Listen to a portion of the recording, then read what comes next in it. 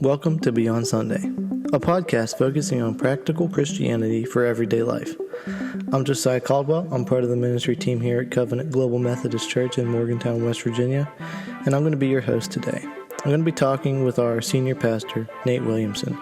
He's a husband and a father of 6 who also just happens to be a pastor. Our typical format is to take specific topics or subjects that are pertinent to Christian believers and extrapolate on that idea by looking through Scripture, sharing personal experiences, and testimonies. From time to time, we will also have special guests to add their insights into the conversation. We also encourage you as the listener to send us any ideas, questions, or feedback you might have for future discussions. In this episode, we pick up right where we left off with Pastor Jason Doolittle. So if you haven't got a chance yet, go back and listen to part 1 from last week. We hope you enjoy. I love that you call it evangelism, because some people are hesitant to get involved in a ministry like being outside an abortion clinic or whatever else. But it is evangelism, because when you're asking parents to choose to give their children life, you always have to give them the reason why. Mm-hmm. And it's always a catalyst to point to Jesus, no matter what we're doing, no matter what we're involved with. That's always the plan. That's always the course. And so I like that. And I also like the fact that your goal wasn't, hey, I'm going to be outside abortion clinics. And you walked in the door and you were obedient to the first step of, you heard on the radio this interview, you wanted to get involved in a crisis pregnancy, and one thing led to another and led you down that road. Yeah. Well, and a lot of patience too. Yeah. And, things unfold more slowly than we often would prefer. When I know what the end is, like, I was confident that there ought to be a place in pro-life ministry for me somewhere, but I didn't know where. Yeah. But I thought, well, if that's God's will, then he's immediately going to open a door, and I'll start with the one here in Roanoke. And it was years later before an opportunity arose. And the opportunity, day one was go down in the basement and do inventory and sort diapers. And I'm like, well, don't you have something a little more glorious? Right. But it was at the end of the day, it was a glorious thing. And I'm at home, not having been seen by anybody aside from the lady who said, go downstairs and do it. But they were gracious and everything, but you do the work that's in front of you. And then whatever the next day brings is what it brings. That's okay. So let's take it back to our original point of the discussion of your call. That's what following Jesus means. In summary, that's what ministry is. That's what life and following Christ is. Some days you sort diapers. Other days you get to talk to 100 people. Other days you wipe babies' butts. As a foster parent, we have ambitions and goals of what that call looks like, but none of us know what that journey is going to take for us.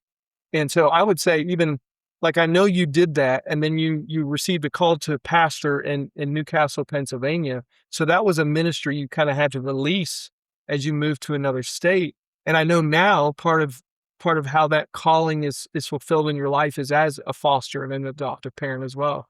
Can you talk about that kind of transition and what life is like now being a foster parent and an adoptive parent? Yeah. So when the opportunity came to move to the church in Newcastle, we did know at the church where I was at, I and the congregation knew that something was going to change, and it was a good, amicable departure with, prayers and well-wishing and all that sort of thing. It was good. And the pregnancy center had been in somewhat of a transition phase, but it wasn't really moving away from the sidewalk ministry as far as any steps I was taking as the director. But it had gotten to the point where we had enough with in-house and then supplemental volunteers and people that worked with other pregnancy centers that my role, I was easily replaceable. Sure. And that's good. Like, you want to leave something like that where if I were to get hit by a bus, somebody could fill in the gaps and nobody would feel the difference. So that was good. Sure. And then once I left, a short time after, they were actually able to upgrade to a new building. They were able to partner with another resource center and set up a clinic right across from Planned Parenthood in Winston-Salem. Wow. So like all these massive changes, and it was really good. And it was probably really good that I was gone, because the way it was all reorganized, there really wasn't a place for my position. Sure. So that was all God's timing, and it worked out great. Then we moved up to Newcastle, and the strategy that the local pregnancy resource center in Newcastle uses is totally different. There is room for mentorship and counseling for families and dads and things like that, but they got that pretty well covered. So that the niche that I was filling in the other resource center just wasn't available. And that was a good thing, because the church that I moved into wanted a full-time pastor, not bivocational. Sure. And I knew that if I tried to have my feet in both worlds, I would tend towards the pregnancy resource center. So, Right. but I don't think that that's necessarily what God wanted me to do. And so it's good that, God providentially organized things. So our church has a good relationship with the resource center. We support them however we can. I mowed the grass for them for one summer, and now my dad does it, which he loves to do. So we still serve them, and we have a great relationship with the director there and everything. But when we were still in North Carolina, it was kind of the same thing, just repeated, in a sense that when we were in North Carolina, we were attempting to do an international adoption, and it just fell apart. Yeah. And then when international adoptions, a lot of things happen in different countries, and then COVID hit, and so it just died. So we were thinking, what in the world is going on? Because we were pretty certain that that's what God wanted us to do, was to adopt. So it fell apart. We were kind of dejected about it. Like, okay, we got that wrong. How could that happen? And then we moved up to Newcastle, and the local child and youth services just had stuff all over the place talking about the great need there was for fostering. And so it was kind of a painful decision to make, because we wanted to adopt, but fostering was on our doorstep. And so we talked about it, and we prayed about it, and we finally came to a point of not being entirely sure, but being at peace with signing up and doing the fostering.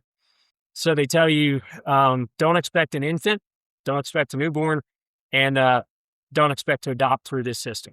And so you're going to have a lot of 12-year-olds. You're going to have a lot of 2-week, 4-week, maybe 6-month appointments.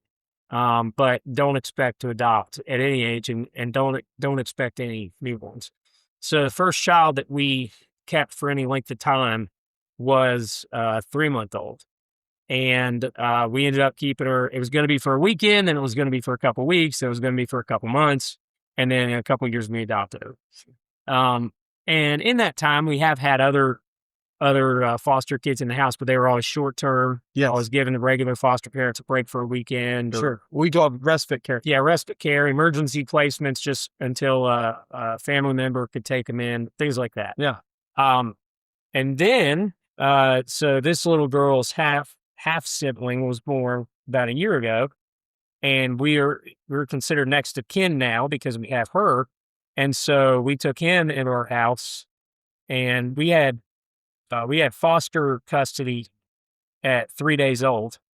He was in the NICU until he was 9 days old, and then we took him home, and we've had him ever since. So that's a prayer right there, so we can keep them together. Yeah.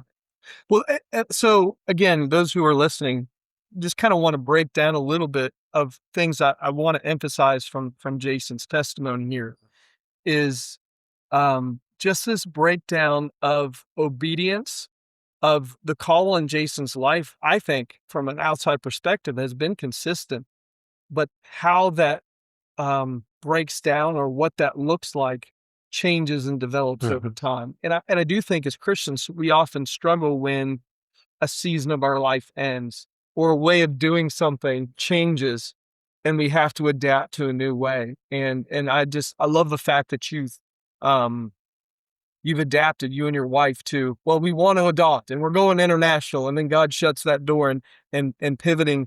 Our story was very similar when we were in ministry in North Carolina. We started a private adoption, and it fell through, and that's when we started in the foster system as well in West Virginia. But I also want to point out something to those of you who are listening that don't know Jason as well as I do. Every person has their own personalities, giftings, spiritual giftings. And one of the unique ways Jason's wired is he is not afraid of conflict.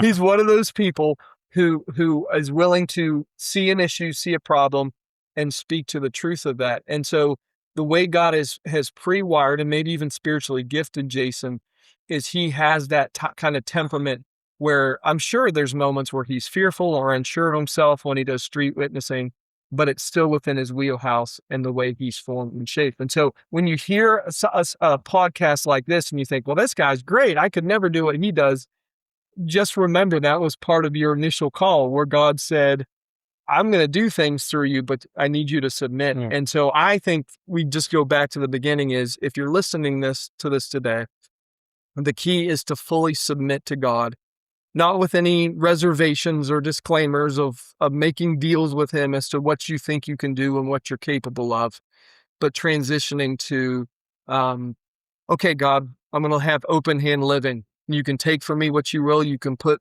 with me what you will, but you're always free. You're God and Lord and in control.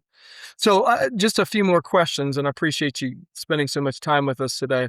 What are some things as a pastor that you would like to share, maybe about life and ministry? Maybe some of our listeners here, if you had like a 5 or 10 minute conversation with a person and you wanted to give them some golden nuggets for life, what might be some things you'd share with them, Jason? I would say don't ever miss what's going on in the moment. Like you have to address what's going on right now, whatever's in front of you. But whenever you're assessing your level of success, you always want to average it out over the long haul. Because if I were to pinpoint just certain really severe or really blessed moments of life, like the lows that were really low, the highs that were really high, if I wanted to pinpoint those and then live out my faith based on those moments, then I would be a wreck. Yeah. The first time that somebody responds to you on the sidewalk and lets you go buy a hot dog, instead of going into the abortionist, and they say, what, are you going to adopt my kid? And now you're sitting there and you're going, well, God called me to this, and this may be the make it or break it moment. And I always said I was open to it.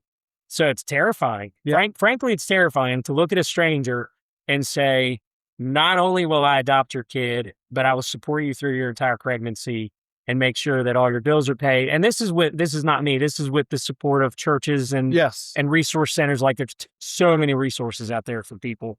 But in that moment, having to be like, you are at the moment of commitment. Yeah. Where hypothetically, yeah, I'm called to this and I would love to do it and oh, that'd be so good. But then somebody says, are you going to adopt my kid? It's terrifying to say yes. Yeah. But those are the things that, like, those moments don't happen often.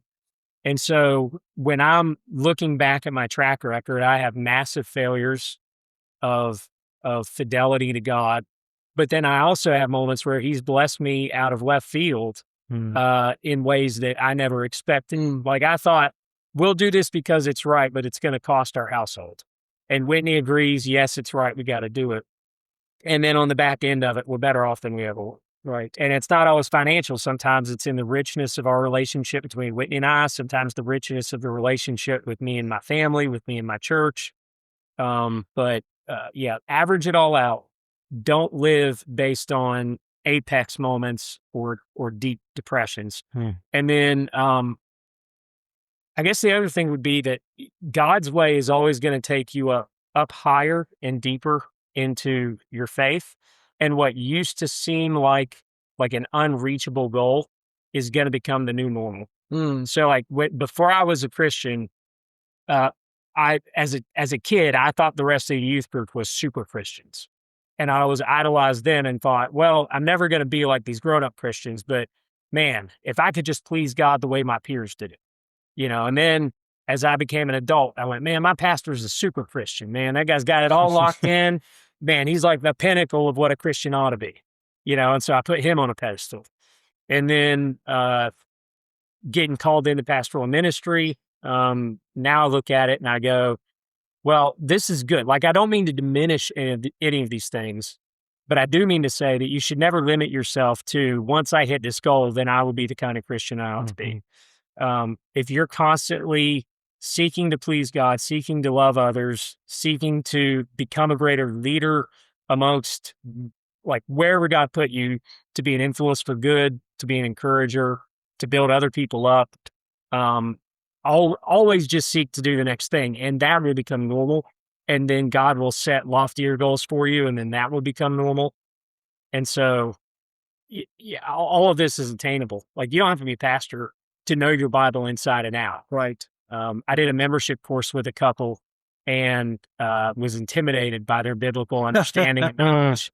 We're talking about, historic principles of Christianity and creeds and all this stuff. And they're making these offhand comments, and I'm struggling to keep up. I'm the pastor of the church. But those are the kind of people that you want to be surrounded by. That's how you grow, is to be challenged by people that will teach me, so. It's interesting. So one of the things we did years ago, I don't remember how many years ago, Josiah might be able to remind me about this, and you might not have even been at the church at the time, but I preached a sermon where we outlawed the word success. We literally said, we're not going to use the word success anymore, because success is derivative of reaching an accomplished goal. And as Christians, we are never complete. Yeah. And so we switched the phrase from successful life to a mature Christian life, because maturation is a constant process. And so you're dead on about what you're saying. And we've talked before on this podcast about the dangers of comparison. If anything, being a pastor, the most devastating thing in churches is Christians comparing themselves to other Christians, or setting their goals so low for numerical growth in their church or being known in the community. And it doesn't even come close to the lofty goal of reaching the world with the gospel and embracing whatever part you have to play in that, whether it's sorting diapers or preaching sermons. We're all equal in God's sight and have equal callings, just they're different. And you bring that to the table. Yeah, I was out of the pulpit for about 3 months at one point, and I went back to construction work during that time. And I guess one temptation would have been to be, well, now's the time to rest. I'm not in the pulpit. I don't have the pressure of always being the churchy guy who has to, Yes. It's like, well, in that case, the Bible says, but on the other hand, it was also an opportunity so instead of resting on my laurels and saying, well, God wants me out of the pulpit, therefore I can not do all this stuff, He put me in a circumstance where I was able to have an influence on the guys in the construction crew. And so I was able to, tie rebar with guys that would never step foot in church, that, now I can ask them kind of searching questions as I get to know them better. And it's not like, well, let me tell you about the gospel of Jesus Christ. But it was questions like, well, why would you treat your wife that way? Yeah. Like, why would you talk to her like that? Yeah. Or, just different things. But in those times, drawing people into biblical principles or a worldview that includes the fact that you have a creator who created you for a purpose. Like, that was one of the richest times of like recent ministry that I did not see coming, and yet was a huge, huge benefit. And lost some weight too. It sounds like the book of Acts. When you read about the early church, whether it's Paul or Barnabas or whatever else. I mean, there were times Paul spent years or months at a church on the mission field, but then, you think about his last journey to Rome, and he gets incarcerated, and then he's shipwrecked, and then he's bitten by a snake, and like everywhere he lands, it's an opportunity. Well, and it's almost like, so any bivocational pastors out there that run across this conversation are going to say, no, duh. You're right. And I do feel like when I was bivocational in North Carolina, that was just part of it. Before I went to the pregnancy center, I was like a maintenance guy at one of the local city parks. Sure. And so I bumped into all kinds of people, and it wasn't like everything wasn't an overtly evangelistic conversation, but, running into a mom with her kids and striking up a conversation and ended up praying for her, or whatever. But those are the kind of like what we would call mundane Christian things that anybody can do anytime. But again, the stakes are high, and any opportunity that you have to point someone towards Christ is, I think I said it a little bit earlier here at the camp. That's an opportunity to take somebody that otherwise would have been down for hell, and here you are with the chance to point them to Christ, so that 1,000 years from now we're communing together in His presence. Yes. And in heaven you bump into each other, whatever that looks like, and you say, "Hey, didn't I meet you at the park?" And it's like, "Yeah, you did.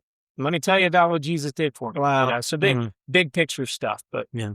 I think one of the hardest adjustments that I've had, and this may sound weird to the listener, is being a parent of so many children and having my family take the priority of ministry and my time and my effort. Yeah. Because like you said, that's not always the most glamorous thing to do.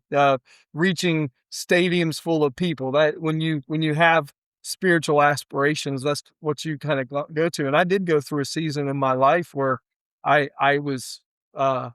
kind of decried the fact that I had a wife and kids, because I felt at times they were a hindrance to God really using me at my full potential. And thankfully, my wife and a lot of patience and prayer has gotten me to realize, no, I shouldn't hate this season of life that I'm in. I should embrace it. I'm going to miss it when it's gone.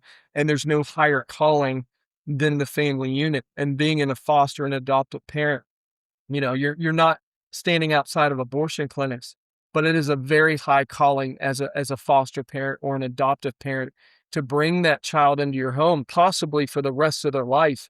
And so it's a full life dedication to changing a generation, transformation, a whole path of a branch in the human family tree, and grafting it into your line and making it all about Jesus. It's beautiful. So many of our battles, I guess, Jason, are about perception. And you and I have been rolling this conversation. I want to throw it out to Josiah and see if he has any thoughts or questions to add into the mix. If you've listened to our podcast, you know that's typically how it goes here.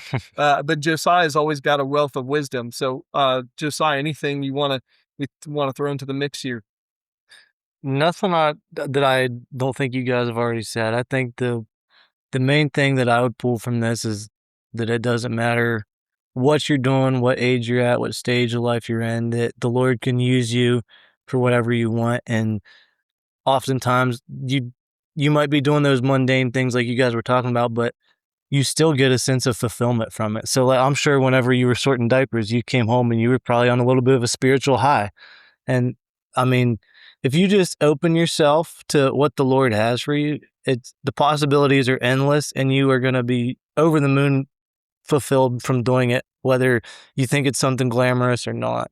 Yeah, I got a question for you, Josiah, because you've observed us as your youth leaders and other things throughout your childhood and beyond, and now you're a peer, you're a fellow minister of the gospel. How does hearing a testimony like Jason's encourage you? Well, so I mean, I'm 25, so I have 5 years till I'm 30. So it's encouraging to me that I haven't reached that like stage of life where like Jason has done a lot, and since he's been saved and everything. So I think it's cool that I have more time to do a lot more things. Yeah. And I think ahead of the curve. I'm ahead of the curve. I said, like, yeah. I find it so encouraging. Well, and that's it. How do you make the most of your time? Because some of the most influential people in my life didn't get to live that long. And we see that biblically, but it's what you do with the time that you have in your relationship with God. And so let's throw comparison out the window. But the purpose for this podcast, and I could have asked Jason a whole assortment of questions. We could talk theology, we could talk structures. And Jason and I have a lot of great conversations. And maybe we'll have you on again sometime. But I was really curious because I think there's power in hearing someone's story, and beginning there. And so much of sharing your testimony and bringing someone to Jesus is simply telling somebody your story and living that out. Well, we're out of time for today. I really want to thank Jason Doolittle for joining us. Thanks for having me. Hopefully we can have you back again sometime. If you're new to our podcast, you can check us out at covenantwv.com. That's our church's website. We are Covenant Global Methodist Church. And on that website, you can also find our other sermon podcasts and ways to communicate with us. So if you've joined us today and you've been blessed, please let us know. And God bless you. Have a wonderful Lord's Day. Or day, period. It's not the Lord's Day, is it, for everybody? Every day's the Lord's Day. Every day's the Lord's Day. That's right. Thank you for joining us today for our Beyond Sunday podcast. We hope you enjoyed our show, and please don't ever hesitate to reach out to myself or Pastor Nate if you have any questions or anything you'd like us to discuss in the future.